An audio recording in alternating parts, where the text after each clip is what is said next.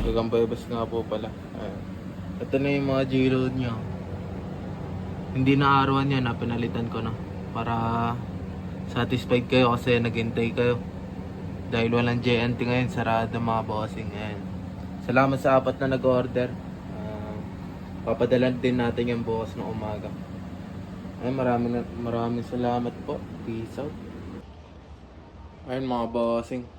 Sa nag-order ngayon ng G-Load, ganito lang karami yung yung pointing nyo ngayon.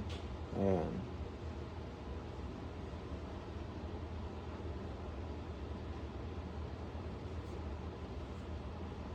Medyo barado pa rin siya unti pero nailalabas niya na yung sa dulo ng syringe yan.